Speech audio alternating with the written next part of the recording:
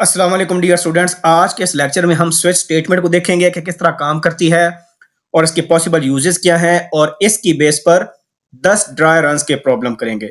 ये different problems आप देख सकते हैं, इनको डिटेल से देखेंगे कि इनको कैसे सॉल्व करना होता है। यानी पेपर में अगर आ जाए कि आउटपुट बताएं या एरर आए, इस तरह के क्वेश्चन अगर आ जाएं तो उनको कैसे पेपर पर आपने सॉल्व करना है। ये तो इसका एक पहलू हो गया। इसकी जो दूसरी साइड होती है वो ये हो सकती है कि आपके पास एग्जाम में एक स्विच स्टेटमेंट लिखी हो और कहा जाए कि इसके जो इक्विवेलेंट इफ एल्स स्टेटमेंट बनती है वो आप लिख के दिखाएं। या दूसरा ये भी हो सकता है कि इफ एल्स लिखा हो और आपको क्वेश्चन दिया जाए कि इसको स्विच स्टेटमेंट में कन्वर्ट करके देखें। ये दोनों साइड्स आपको आनी चाहिए कि आउटपुट बतानी भी आनी चाहिए और अगर इफ एल्स गिवन है उसको स्विच में कन्वर्ट कैसे करते हैं, या अगर स्विच स्टेटमेंट लिखी हुई है एक सर्टेन प्रॉब्लम की उसको इफ एल्स से कैसे कन्वर्ट करते हैं, ये भी आपको पता होना चाहिए क्योंकि एग्जाम में ऐसे क्वेश्चंस आते होते हैं। सो अब हम स्टार्ट करते हैं कि स्विच स्टेटमेंट है क्या, उसके बाद फिर हम ये ड्राई रन के प्रॉब्लम करते हैं। तो सबसे पहले हम पॉसिबल यूजेस देख लेते हैं कि स्विच स्टेटमेंट कहां यूज कर सकते हैं। जब आपके पास मल्टीपल ऑप्शंस हो और आपने कोई एक ऑप्शन एक वक्त में सिलेक्ट करना हो तब हम यूज करते हैं स्विच स्टेटमेंट और ये रिप्लेस करती है इफ एल्स को। क्योंकि हमने पढ़ा था कि जो सिलेक्शन स्ट्रक्चर होती है वो इंप्लीमेंट होती है इफ एल्स के साथ भी और स्विच स्टेटमेंट के साथ भी।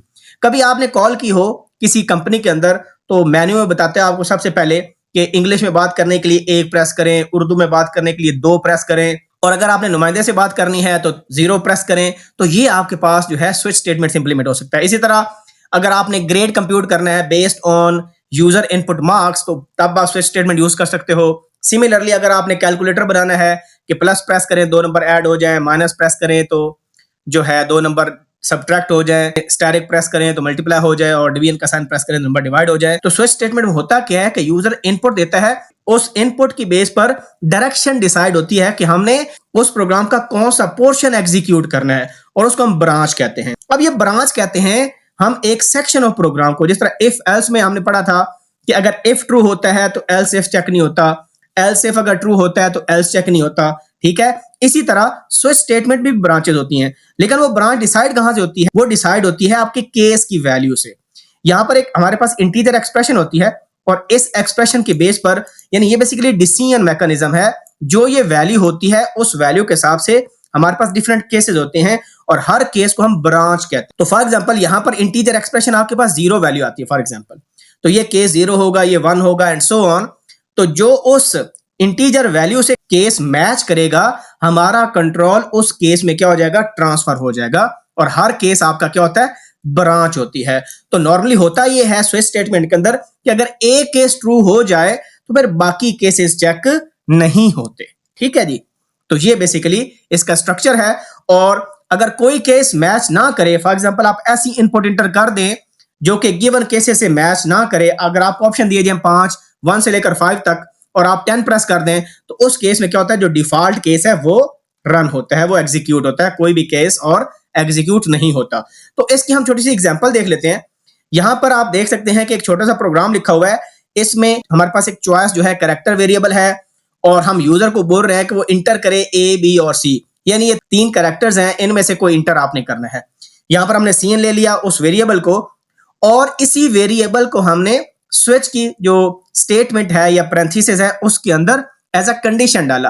अब याद रखें नॉर्मली इन जनरल यहां पर या कैरेक्टर वेरिएबल होता है या यहां पर इंटीजर एक्सप्रेशन होती है, 2 चीजें होती हैं। हम जो लॉजिकल एक्सप्रेशंस हैं या जो रिलेशनल एक्सप्रेशंस हैं उनको हम यहां पर अवॉइड करते हैं, लेकिन अगर हम वो यूज करेंगे तो हमें पता है कि जो लॉजिकल या रिलेशनल एक्सप्रेशन होती है उसके 2 पॉसिबल केसेस होते हैं, या उसकी वैल्यू 0 होती है या 1 होती है। तो इस केस में हमारे पास 2 केसेस बनेंगे, एक 0 केस बनेगा और एक 1 केस बनेगा, या उसको हम कह सकते हैं एक ट्रू केस बनेगा, एक फॉल्स केस बनेगा। अदरवाइज हम उसको अवॉइड करते हैं क्योंकि जब भी आपके पास इंटीजर एक्सप्रेशन होगी या कैरेक्टर वाली होगी वेरिएबल या कैरेक्टर वेरिएबल होगा तो तब आपके पास मल्टीपल ऑप्शंस होते हैं। तो अब अगर आप देखें इसको तो यहां पर हमने केस ए लिखा क्योंकि यूजर कैरेक्टर ए इंटर करेगा तो हम उसमें डिस्प्ले कर देंगे यू हैव इंटर्ड ए और उसके बाद \n है, हमारा कर्सर नेक्स्ट लाइन में चला जाएगा। और ये ब्रेक स्टेटमेंट बहुत इंपॉर्टेंट, अभी तक हमने ये ब्रेक का कीवर्ड यूज नहीं किया, ये स्विच स्टेटमेंट बहुत इंपॉर्टेंट है। इसका पर्पस ये है कि जब ये केस एग्जीक्यूट हो जाए, फॉर एग्जांपल यूजर ने ए इंटर किया, हमारा कंट्रोल कहां पर चला जाएगा, इस केस में चला जाएगा और इस केस के बाद ये जो सी आउट स्टेटमेंट है वो प्रिंट होगी और उसके बाद ब्रेक का मतलब है कि ये जो स्विच की जो करली ब्रेसेस स्टार्ट हो रही है और ये एंड हो रही है, हमारा कंट्रोल 22 लाइन पर आ जाएगा, यानी रिटर्न 0 में आ जाएगा अगर हम यहां पर ब्रेक लगाते हैं। तो अगर हम ब्रेक नहीं लगाएंगे तो उससे क्या होगा, जो केस ट्रू होगा उससे जो नेक्स्ट जितने केसेस हैं सारे के सारे एग्जीक्यूट होंगे। ये नुकसान होता है ब्रेक को ना लगाने का। अब यहां पर एक और चीज आप देखें कि जब भी केस लिखेंगे यहां पर कांस्टेंट कैरेक्टर आपने लिखना है, ये बहुत इंपॉर्टेंट है। या अगर इंटीजर है तो कांस्टेंट इंटीजर हम लिखेंगे 1 2 3 जिस तरह होता है। फ्लोटिंग पॉइंट नंबर हम नहीं लिख सकते। और उसके बाद आपने कॉलन लगाना है। अगर यहां पर सेमीकोलन लगा दें तो प्रोग्राम में क्या आ जाएगा, एरर आ जाएगा। ये बहुत इंपॉर्टेंट चीज आपने याद रखनी है। लेट्स सपोज अगर यूजर इंटर करता है एफ करेक्टर, इन तीनों केसेस में एफ नहीं है तो उस केस में हमारा डिफॉल्ट जो केस है वो एग्जीक्यूट होगा। कंट्रोल ऑटोमेटिकली डिफॉल्ट केस की जो पहली स्टेटमेंट है वहां पर आ जाएगा, you didn't enter A B और सी। तो इसको हम देख लेते हैं कि जब हम इसको रन करेंगे तो एक्चुअली ये कैसे एग्जीक्यूट होगा। इंटर ए बी और सी, लेट्स सपोज हमने ये बी इंटर किया, यू इंटर्ड बी, तो ऑटोमेटिकली इस सी इन की बेस पर हमारा डिसाइड हो गया, हमने बी इंटर किया है तो केस बी यहां पर है तो हमारा कंट्रोल यहां पर आ जाएगा। ये स्टेटमेंट प्रिंट हो जाएगी। ब्रेक का मतलब हम स्विच से बाहर आ जाएंगे, ठीक है। और लेट्स सपोज हमने एफ इंटर किया, you didn't enter A B और सी, तो ये देखें डिफॉल्ट केस में ये वाली स्टेटमेंट लिखी हुई है। तो ब्रेक स्टेटमेंट आपको बता दी, ये लगानी बहुत इंपॉर्टेंट है। अब हम करते हैं ड्राई रन्स के प्रॉब्लम। अब हम करते हैं प्रॉब्लम नंबर 1। यहां पर देखें चॉइस एक इंटीजर वेरिएबल है और उसकी वैल्यू कितनी है, 2 है। तो यहां पर क्या आ जाएगा, 2 आ जाएगा। तो उसके बाद हमारा कंट्रोल कहां पर जाएगा, जहां पर हमारी ब्रांच 2 है, यानी जो केस 2 हमारे पास है, तो हमारा कंट्रोल यहां पर आ जाएगा। अब आपने देखना है कि इसमें कोई एरर तो नहीं है, क्योंकि एट टाइम्स क्या होता है आपको एरर भी बताना होता है अगर प्रोग्राम में एरर हो तो केस के बाद कांस्टेंट वैल्यू होनी चाहिए और उसके बाद कॉलन होना चाहिए। अगर सेमी कॉलन होगा तो उसमें एरर होगा। अब होगा क्या, हमारा कंट्रोल आ जाएगा इस स्टेटमेंट पे, यहां पर आ जाएगा और यहां पर हम सी आउट क्या कर रहे हैं, 2, तो यहां पर 2 प्रिंट हो जाए। अब मैंने आपको जिस तरह पहले बताया कि हर केस की स्टेटमेंट्स के बाद हम ब्रेक यूज करते हैं और ब्रेक का मकसद क्या होता है कि हमारा बस वो केस जो ट्रू हुआ वो एग्जीक्यूट हो और उसके बाद अगर ब्रेक होगा तो हमारा कंट्रोल जो है स्विच से बाहर आ जाएगा, यानी ये स्विच की क्लोज्ड ब्रेस हो रही है, इसके बाहर आ जाएगा। लेकिन हम देख रहे हैं कि यहां पर ब्रेक स्टेटमेंट है ही कोई नहीं, तो अगर ब्रेक स्टेटमेंट यहां पर नहीं होगी तो जितने केसेस के बाद आएंगे सारे के सारे एग्जीक्यूट होंगे। तो केस 3 में कंट्रोल जाएगा फिर, और यहां पर 3 लिखा हुआ है तो आपका 3 प्रिंट होगा और उसके बाद डिफॉल्ट केस भी रन होगा और उसमें इनवैलिड लिखा हुआ है तो इनवैलिड भी आपका प्रिंट हो जाएगा। अब ये नुकसान है, यहां पर चॉइस की वैल्यू 2 थी, हमें ये चाहिए था कि सिंपल जो केस 2 है या जो ब्रांच 2 है ये वाली प्रिंट हो, ये वाली एग्जीक्यूट हो और कोई केस एग्जीक्यूट ना हो। लेकिन क्योंकि ब्रेक स्टेटमेंट मिसिंग थी, अगले सारे फॉलोइंग केसेस जो हैं वो भी एग्जीक्यूट होंगे और उनकी आउटपुट भी कंसोल पर नजर आएगी। हाँ, अगर यहां पर ब्रेक आ जाता है तो फिर आपका डिफॉल्ट वाला केस रन नहीं होगा। प्रॉब्लम नंबर 2, यहां पर देखें चॉइस में 3 पड़ा है तो बाय डिफॉल्ट हम क्या करेंगे, जो थर्ड केस है वहां पर चले जाएंगे। यहां पर हम चले गए, यहां पर हमारा कंट्रोल चला गया और उसमें सी आउट 3 लिखा हुआ है तो हमारे कंसोल पर क्या प्रिंट हो जाएगा, 3 प्रिंट हो जाएगा। और उसके बाद ब्रेक है तो हम इस स्विच से बाहर निकल आएंगे। तो नॉर्मली ये बिहेवियर होना चाहिए स्विच स्टेटमेंट का कि जो केस ट्रू हो बस वही एग्जीक्यूट हो, उसी की बॉडी एग्जीक्यूट हो, बाकी कोई और केस एग्जीक्यूट ना हो। अब उसके बाद क्वेश्चन नंबर 3 देखें, यहां पर चॉइस की वैल्यू 2 है। अब ये बहुत इंपॉर्टेंट है, यहां पर देखें हमारे पास 2 वैल्यू आ गई। अब हम मैच करेंगे कि केस 2 कहां पर है। अब यहां पर देखें ये हमारे पास एक लॉजिकल एक्सप्रेशन है 2 और 1, और हमें पता है ये जो लॉजिकल और होता है यहां पर एक भी नॉन जीरो वैल्यू हो गई तो इसका आउटपुट क्या आ जाएगी, 1 आ जाएगी। तो क्योंकि देखें ये भी नॉन जीरो वैल्यू है, ये भी नॉन जीरो वैल्यू है, दोनों नॉन जीरो हैं तो इसकी आउटपुट कितनी आ जाएगी, 1 आ जाएगी। तो यहां पर वैल्यू 1 आ जाएगी, यानी ये रिप्लेस हो जाएगा 1 से, क्योंकि लॉजिकल जो ऑपरेटर है उसका आंसर या 0 होता है या 1 होता है, इन दोनों में से एक होता है। हमारा आंसर क्योंकि 1 आया और हम किस चॉइस में इंटरेस्टेड थे, 2 में, 2 केस में, और 2 केस तो इसमें है ही कोई नहीं, ये तो केस 1 बन गया। तो इसका मतलब है डिफॉल्ट केस चलेगा और आंसर क्या आ जाएगा, इनवैलिड। क्वेश्चन नंबर 4, अब यहां पर देखें, यहां पर लॉजिकल स्टेटमेंट स्विच की एक्सप्रेशन के अंदर यूज हुई है। हालांकि हमने देखा था कि इसमें इंटीजर एक्सप्रेशन होनी चाहिए, लेकिन हमें पता है कि जो लॉजिकल ऑपरेशन होता है उसका आंसर 0 या 1 होता है, और वो भी बेसिकली इंटीजर ही है। ऑल दो वो बुलियन वैल्यूज हैं, लेकिन 0 और 1 इंटीजर भी तो है ना। तो अब देखें, ये भी देखें क्या है, ये नॉन जीरो वैल्यू है और ये भी नॉन जीरो वैल्यू है। एंड जो है ना, लॉजिकल एंड, ये आपको 1 आंसर तब देता है अगर इसके दोनों ऑपरेंड्स नॉन जीरो हो, नेगेटिव या पॉजिटिव जो मर्जी हो, नॉन जीरो होने चाहिए।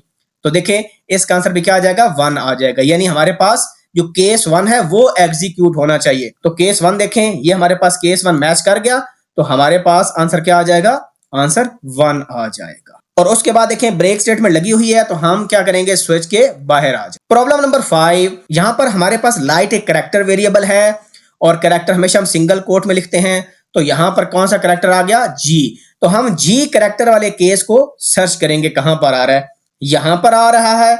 और इसके बाद क्या लिखा हुआ है, गो लिखा हुआ है, तो गो प्रिंट हो जाएगा ऐसे करके।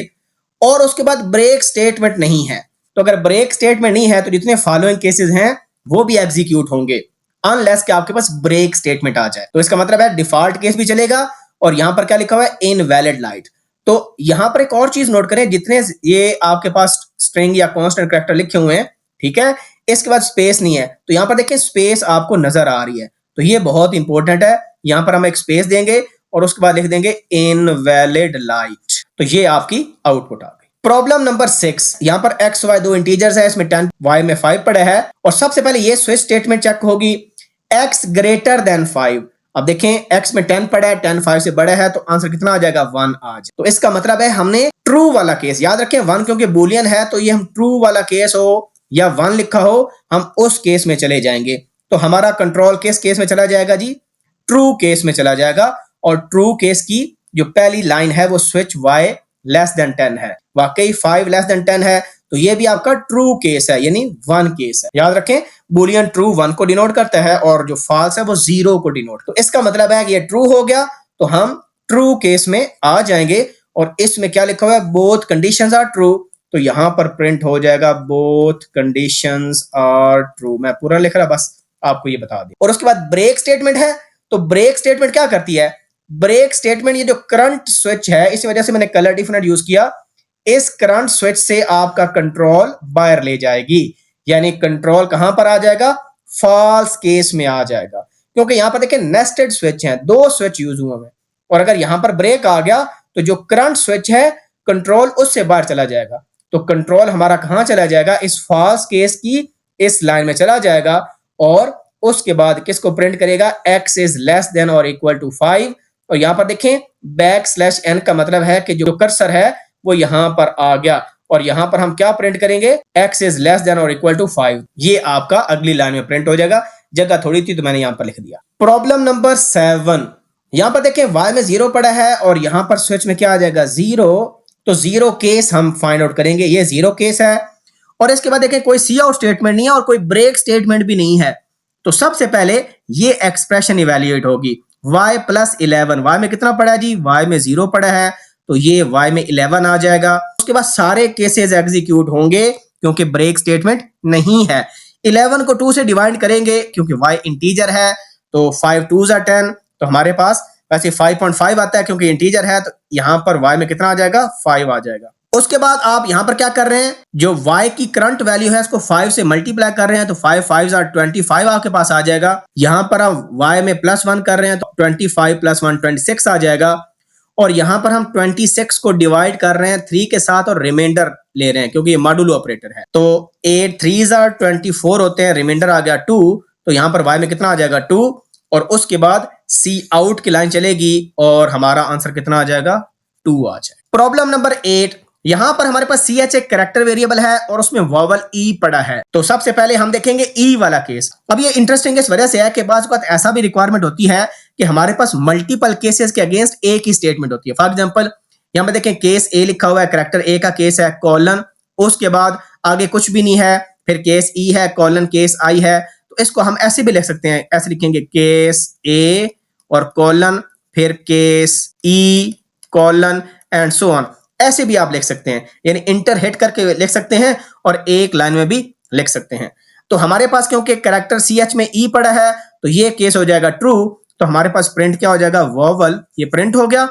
और उसके बाद /n है, कर्सर नेक्स्ट लाइन में चला जाएगा और हमने ब्रेक स्टेटमेंट को यूज नहीं किया, तो इसका मतलब है डिफॉल्ट केस भी चलेगा। तो ये क्या लिखा हुआ है, कॉन्सोनेंट लिखा हुआ है, तो यहां पर कॉन्सोनेंट भी प्रिंट हो जाए। प्रॉब्लम नंबर 9 इंपॉर्टेंट है। यहां पर अगर आप देखें तो हमारे पास i एक इंटीजर है, i में हमारे पास 4 है और यहां पर 4 आ जाएगा और 4 वाला केस हम देखेंगे, हमें 4 वाला केस नजर नहीं आ रहा। देखें ये केस 8 है और यहां पर देखें केस 3 है, 4 वाला केस नहीं है। तो जब 4 वाला केस नहीं होता तो क्या कौन सा केस चलेगा, डिफॉल्ट केस चलेगा। अब डिफॉल्ट केस की लोकेशन भी यहां पर चेंज है, नॉर्मली हम एंड पर डिफॉल्ट केस डालते हैं, यहां पर पहले ही आ गया, तो इसका मतलब है डिफॉल्ट केस की स्टेटमेंट एग्जीक्यूट होना स्टार्ट होंगी। सेमीकोलन का मतलब है कि कोई स्टेटमेंट नहीं, ऐसी सेमीकोलन लगा दिया तो ये मीनिंगलेस है, ठीक है। अगर ये ना हो या हो इससे कोई फर्क नहीं पड़ता। और डिफॉल्ट स्टेटमेंट के बाद ब्रेक की स्टेटमेंट नहीं लिखी हुई, तो नहीं लिखी हुई तो इसका मतलब है केस 3 पर कंट्रोल आ जाएगा और यहां से एग्जीक्यूशन स्टार्ट होगी। तो ये लिखा हुआ है i is equal to i plus 5, i में कितना पड़ा है 4, तो यहां पर 4 प्लस 5 कितना हो जाएगा 9, i की वैल्यू 9 हो जाएगी। अब उसके बाद आगे इफ चेक होगा क्योंकि केस 3 के सारे पार्ट है, तो देखें i नॉट इक्वल टू 8, तो 9 8 के बराबर वाकई नहीं है, कंडीशन क्या होगी ट्रू, तो यहां पर इफ के अंदर 1 आ गया, तो अब हमारा कंट्रोल आ जाएगा नीचे। यहां पर हम i माइनस माइनस कर रहे हैं, i की वैल्यू करंटली कितनी है 9, तो यहां पर कितनी हो जाएगी 8, और यहां पर लिखा हुआ है इफ i इक्वल 8 और वाकई i में 8 पड़ा है, कंडीशन क्या हो जाएगी ट्रू, तो इफ के अंदर 1 आ गया, तो ब्रेक का मतलब है ये जो स्विच है, ये जो स्टेटमेंट स्विच की लिखी हुई है, इससे कंट्रोल बाहर आ जाएगा। और कंट्रोल बाहर कहां पर आ रहा है, यहां पर आ रहा है, ये स्विच यहां पर आपका एंड हो रहा है। तो जब एंड हो रहा है तो हम यहां पर i की वैल्यू को प्रिंट कर रहे हैं, वो i की वैल्यू कितनी पड़ी है 8 पड़ी है, तो हमारे पास आंसर कितना आ जाएगा 8 आ जाएगा। अब ये भी बहुत इंटरेस्टिंग प्रॉब्लम है, प्रॉब्लम नंबर 10 बहुत इंपॉर्टेंट है, इसको गौर से समझ लें आपने। Int a b equal to 0, यानी a भी 0 b भी 0। यहां पर लिखा हुआ है if a is equal to a plus b, यानी a is equal to a plus b, क्योंकि a b दोनों 0 है, 0 प्लस 0 आंसर 0, तो a में कितना आ जाएगा, a में 0 आ जाएगा। अब ये बहुत इंटरेस्टिंग इस वजह से है कि ये a इक्वल नहीं लिखा हुआ, a इक्वल टू है, यानी a में वैल्यू असाइन हो रही है। तो हमें पता है कि यहां पर देखें जब a की वैल्यू 0 है तो f में कितना आ गया 0 आ गया, और 0 जो केस होता है वो कौन सा होता है, वो होता है फॉल्स। अगर इक्वल होता तो फिर ट्रू हो जाता, लेकिन ये सिंपल इक्वल लिखा हुआ, ये बहुत जो है ना ट्रिकी पोर्शन है। तो इसका मतलब है कि अगर कंडीशन फॉल्स हो गई, f में 0 आ गया, तो नेक्स्ट स्टेटमेंट जो है वो एग्जीक्यूट नहीं होगी, हम इस स्विच पर हमारा कंट्रोल आ जाएगा। क्योंकि a में 0 है तो इसका मतलब है हम 0 वाला केस फाइंड आउट करेंगे, और 0 वाला केस हमें कहां मिलेगा, यहां पर मिलेगा। इसका मतलब है कि ये वाला भी एग्जीक्यूट नहीं होगा और ये वाला जो कंडीशनल स्ट्रक्चर है ये भी एग्जीक्यूट नहीं होगा। केस 0 में क्या लिखा हुआ है, केस 0 में लिखा हुआ है a ग्रेटर देन 0, भाई a की वैल्यू तो 0 है, तो क्या हो गया हमारे पास फॉल्स। तो फॉल्स वाला कौन सा पार्ट होता है, ये होता है ट्रू वाला पार्ट और ये होता है फॉल्स वाला पार्ट। तो ये वेरिएबल कौन सा है b, तो यहां पर b में वैल्यू कितनी चली जाएगी, फॉल्स वाले पार्ट में 2 लिखा हुआ है तो b में वैल्यू हो जाएगी 2, और उसके बाद ब्रेक नहीं लिखा हुआ, तो ब्रेक नहीं लिखा हुआ तो जो नेक्स्ट फॉलोइंग केस है वो भी एग्जीक्यूट होगा, विच इज केस 3। तो यहां पर लिखा हुआ है b is equal to a plus 1, तो b is equal to a plus 1, a में कितना पड़ा था, a में तो 0 था, तो 0 प्लस 1 करेंगे तो आंसर कितना आ जाएगा 1, तो अब b की वैल्यू 1 बन गई। अब यहां पर ब्रेक लिखा हुआ है तो हमारा कंट्रोल स्विच के बाहर चला जाएगा और यहां पर a b की दोनों वैल्यू हम प्रिंट कर रहे हैं। तो a की वैल्यू हमारे पास कितनी है जी, a की वैल्यू 0 है और आगे स्पेस है, और b की वैल्यू कितनी है 1 है, वो एक स्पेस के बाद लिखते हैं, ये थोड़ी ज्यादा स्पेस डाल गई तो बेशक आप ऐसे भी लिख सकते हैं, ठीक है जी। तो ये मैंने आपको 10 प्रॉब्लम डिटेल से करा दिए जो पॉसिबल क्वेश्चंस आ सकते थे स्विच के रिलेटेड एग्जाम्स के अंदर, और साथ मैंने आपको ये बताया कि आपको कन्वर्जन भी आनी चाहिए। स्विच स्टेटमेंट लिखी हो और आपको बताया जाए कि इसको कन्वर्ट करो इफ एल्स के अंदर, तो आपको कन्वर्ट करना आना चाहिए। सिमिलरली इफ एल्स की स्टेटमेंट लिखी हो तो उसको स्विच में कन्वर्ट करना आना चाहिए। ऐसे क्वेश्चंस भी एग्जाम में आते हैं। कोई मुश्किल हो, कोई क्वेश्चन हो, please ask in the comment section. See you in the next video. अल्लाह हाफिज।